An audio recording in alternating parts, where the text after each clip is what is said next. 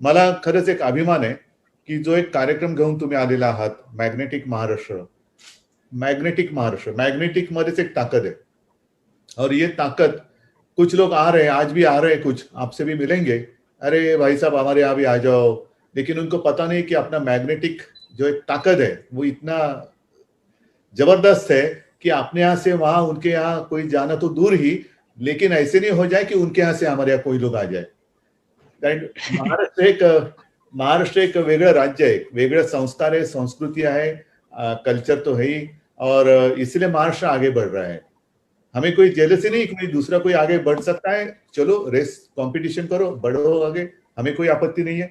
पण ओढून ताणून कोण जर का घेऊन जात असेल तर ते ऑफकोर्स मी काय होऊ देणार नाही, आणि आपणही मला असं वाटतं कोणी जायला तयार होणार नाही. काय काय जणांनी तर मास्कची इंडस्ट्री उघडलेली आहे, चांगलं आहे. एक एक एक एक गोष्ट संकटामध्ये सुद्धा पुढे कसं जायचं हा मार्ग आपल्याला शोधत जावा लागतो. पण ज्या वेळेला हे संकट कमी होईल तेव्हा मी नक्की आपल्याकडे येईन, आणि नुसतं मी आपल्या सोबत तिकडे आलो म्हणजे आपल्या बरोबर आहे अशातला भाग नाही. आता सुद्धा आपले माननीय उद्योग मंत्री सुभाष देसाईजी तुमच्या सोबत आहेतच. तुम्ही सगळे मला ओळखता, माझ्या कुटुंबाला ओळखता, आमच्या जनरेशन्सना ओळखता तुम्ही. याच्यामुळे मला आणखीन वेगळं काही भाषण करण्याची आवश्यकता नाहीये. भाषण तो जो लोग नए होते उनके सामने देने की आवश्यकता होती है. आप तो लोग मेरे अपने हो, और मैं महसूस करता हूं हमेशा कि जब भी मैं आपके यहाँ आता हूं तो महसूस करता हूं मैं अपने परिवार में आया हूं, अपने घर में आया हूं. तो घर में उठकर कोई भाषण नहीं देता. ठीक है, घर में एक फैमिली है, परिवार है. क्या भाई आप क्या करना चाहते हो, बहन जी आप क्या करना चाहते हो, क्या दिक्कत है आपको. आता तर आपलं राज्य आहे, सत्ता आहे आपल्या हातामध्ये, आणि दोघांचं उद्दिष्ट एक आहे, राज्य को आगे बढ़ाना है. याच्यामध्ये कुठली काही अडचणी असतील, अडथळे असतील तर ते आपण नक्की दूर तर करतोच आहोत. नवीन नवीन इन्व्हेस्टमेंट येते आहे, आपण सुद्धा नवीन इन्व्हेस्टमेंट आणता आहात आपल्या माध्यमातून. तुम्ही जे आता 1907 पासून 113 वर्ष आयएमसी या मुंबईमध्ये आणि महाराष्ट्रात आणि या देशात काम करते. मला असं वाटतं की तुम्हीच आपल्या राज्याचे ब्रँड एम्बेसेडर झाले पाहिजे, कि हम 100 साल से भी अधिक इस राज्य में है और यहाँ कोई दिक्कत नहीं आ रही हमें. तुम्ही जर का एक ब्रँड एम्बेसेडरचं काम केलं तर मला नाही वाटत आणखीन कोणाची गरज आहे की आपल्याला महाराष्ट्राचं मार्केटिंग करायला पाहिजे.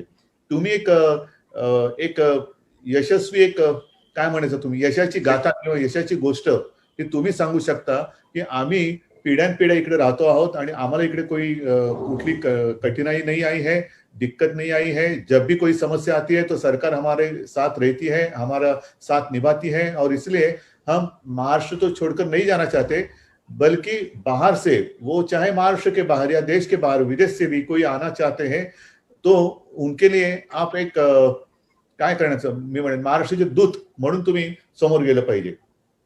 माझं फक्त एकच म्हणणं आहे की या सगळ्या काळामध्ये संपूर्ण जगाची अर्थव्यवस्था नाही म्हटलं तरी थोडी स्लोडाऊन झालेली आहे, जरूर झालेली आहे. पण स्लोडाऊन जरी झाली असली तरी आता आपण बघतो की थोडंसं आपण ओपन केल्यानंतर ही इकॉनॉमी परत वरती आलेली आहे. म्हणजे काय की पैसा नाहीसा नाही झाला, जसं डिमॉनिटाइजेशन के वक्त हुआ था, पूरी नोट पैसा ही गायब हुआ था.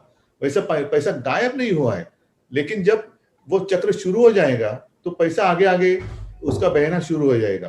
आणि त्याच्यासाठी मला असं वाटतं काही तुमच्या ज्या काही सूचना आहेत त्याची फार आवश्यकता आहे. नेमकं काय करायला पाहिजे, कुठे अडलाय पैसा, कुठे काय प्रॉब्लेम झालेला आहे, ह्या गोष्टी तुम्ही जर का सुचवत गेलात. आणखीन ईज ऑफ डुईंग बिझनेस म्हणजे काय, क्या करना चाहिए, हर बिझनेस की अलग अलग बातें होती है. नुसतं ईज ऑफ डुईंग बिझनेस म्हणून होणार नाही, तर प्रत्येक बिझनेसला काय करायला पाहिजे, अटी तटी शर्ती कोणत्या थोड्याशा सोप्या केल्या पाहिजेत. परवानग्या आता आपण खूप कमी केलेल्या आहेत, आणखीन पण करतो आहोत. एक प्यारा शब्द होता है वन विंडो सिस्टम. वो भी विंडो कितनी बड़ी होनी चाहिए, कितनी छोटी होनी चाहिए, एक होनी चाहिए जरूर, लेकिन वो खुली भी तो होनी चाहिए. लेकिन वन विंडो है और वो विंडो हमेशा के लिए बंद है, तो फायदा नाहीये.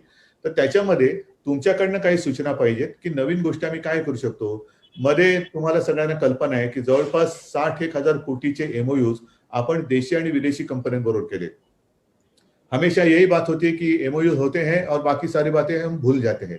वैसा हुआ नहीं और होगा भी नहीं. मैंने कई बार कहा है कि जून में जितने एमओयूज हुए थे उनमें से ऑलमोस्ट 70% जो एमओयूज में जरूरी बातें थी वो बातें हुई है.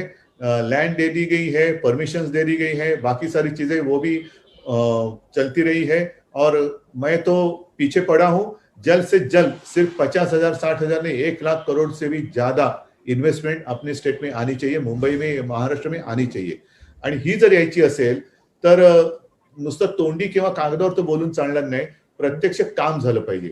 आणि ते काम करत असताना तुमच्या सगळ्यांची मला आवश्यकता लागणार आहे, मदत लागणार आहे. आणि म्हणून आपण जे म्हणतो की मिशन एंगेज महाराष्ट्र, त्या निमित्ताने तुमच्या काही गोष्टी कल्पना असतील त्या तर पाहिजेच, पण मी पुन्हा पुन्हा सगळ्यांना सांगेन की तुम्ही महाराष्ट्राचा चेहरा म्हणून देशाला आणि जगाला सांगितलं पाहिजे की तुम्ही आमच्याकडे आहात, तुमच्या माध्यमातून नवीन लोक आली पाहिजेत. आणि मगाशी जो मी एक मुद्दा तुम्हाला सांगत होतो, सांगता सांगता थोडासा बाजूला गेलो, तो म्हणजे जब हम विकास की बात करते हैं तो इन्वेस्टमेंट जरूरी है जरूर, लेकिन विकास के साथ साथ जो कॉमन मैन है उसके रोजी रोटी का भी एक काम हमें करना पड़ता है. उसको रोजी रोटी कैसे मिले. विकास मतलब सिर्फ मशीन लाए और ऑटोमेटिक सब प्लांट चल रहा है, तो हाँ विकास है लेकिन वो पूरा विकास नहीं है. जब लोगों को रोजी रोटी मिलती है, अदरवाइज अगर जॉब अपॉर्चुनिटी हम क्रिएट नहीं करेंगे तो जो भी हम प्रोडक्शन करेंगे वो खरीदेगा कौन. जे कस्टमर आहेत तो कॉमन मॅन आहे, त्यांची बाईंग कॅपॅसिटी, परचेसिंग पॉवर तुला वाढली पाहिजे. आणि ती वाढवायची असेल तर जॉब अपॉर्च्युनिटी म्हणजे आपल्याकडे आपण महाजॉब पोर्टल वगैरे जे केलेले का केलेले आहे, तो ज्यादा से ज्यादा लोक उनको काम मिले, त्यांच्या घरातली चूल पेटेल. आणि ती पेटवायची असेल तर ह्या तुमच्या मिशन एंगेज महाराष्ट्राच्या माध्यमातून मग तुम्ही डिजिटल काही क्रांती रिव्होल्युशन करा, आणखीन काही करा, पण त्याच्यामध्ये जास्तीत जास्त लोकांना, जनतेला आपल्याला आपण जॉब जर का देऊ शकलो तर ते सुद्धा एक सुखी समाधानी असं आयुष्य जगतील. महाराष्ट्र पण पुढे जाईल, तुम्ही सुद्धा पुढे जाणार. आणि महाराष्ट्र एक वेगळं उदाहरण ह्या विचित्र कोरोना कोविडच्या परिस्थितीमध्ये जगाच्या समोर ठेवू शकेल की सगळीकडे अडीअडचणी असताना महाराष्ट्राने एकमेकाला सांभाळून, मग ते वर्कर्स असतील, इंडस्ट्रियलिस्ट असतील, त्यांना एकमेकाला सांभाळून, एकमेकाचा हात पकडून, सरकारचा पाठिंबा घेऊन, सरकारचं तर साथ सोबत तर आहेच, ती घेऊन पुढे कसं जायचं हे महाराष्ट्र दाखवून देऊ शकेल. आणि म्हणून मला असं वाटतं की ह्या अभियानाचं उद्घाटन माझ्या हस्ते करताय. मला सगळ्यांना धन्यवाद द्यायचे की तुम्ही ही संधी मला दिलीत.